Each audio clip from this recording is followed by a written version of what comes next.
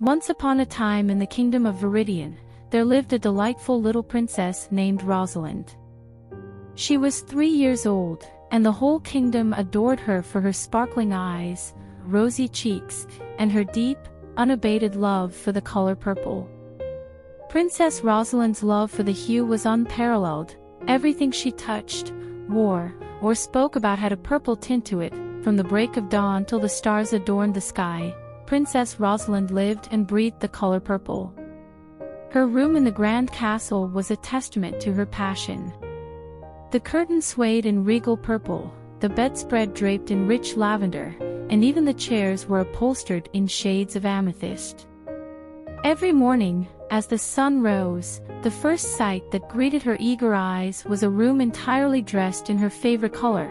Her wardrobe was a treasure trove of purple dresses, each one adorned with bows, ribbons, and intricate designs in various shades of her beloved color.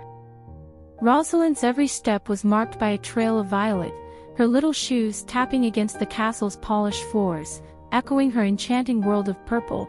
But it wasn't just her room and dresses that Rosalind wished to be awash in purple.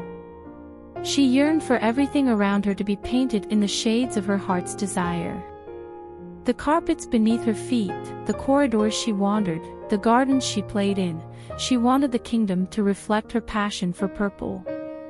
Everything should be purple, she giggled as she twirled around the castle's courtyard, her laughter filling the air. The king, her father, Edmund, and the queen, her mother, tried their best to indulge Rosalind's fancy. They commissioned the royal artisans to fashion everything in purple, from the furniture to the castle walls. Servants scurried to fulfill her desires, clad in elegant purple uniforms as they strived to make her world a vivid canvas of her favorite color. One particularly enchanting morning, Rosalind woke up to a sight that took her breath away. The entire castle was bathed in shades of purple. The sunlight streaming through the windows cast a violet glow on everything it touched. She clapped her hands with glee, her heart skipping with joy. The bed she lay upon, the morning feast laid out on the purple-veined table, and even the songbirds perched outside her window seemed to hum a tune in harmony with her beloved color. "Everything's purple, Mama. Everything's purple," she squealed in delight, her eyes wide with wonder.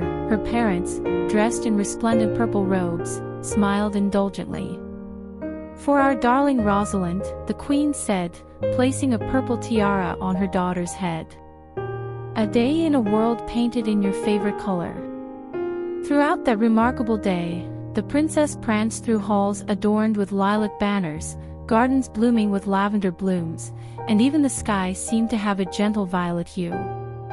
The servant served meals on ornate purple plates, with dishes that boasted hues ranging from grape to plum, each more delightful than the last. But as the day wore on, an unexpected feeling crept into Rosalind's heart. At first, it was a faint unease, a whisper of discomfort amidst the overwhelming purple. Then, as the day continued, the color that had once been her greatest joy started to suffocate her. She found herself yearning for the vibrant greens of the garden, the bright blues of the sky, and the warm yellows of the sun. The world, in its monochromatic purple, seemed to lose its enchantment, and the princess felt a sense of isolation in her once beloved color. As evening approached, Rosalind felt a sense of panic rising within her.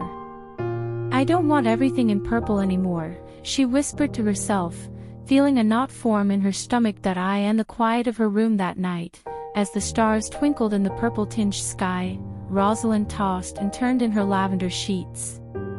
She longed for the diverse tapestry of colors she once knew, the riotous mix of shades that painted the world in its natural glory.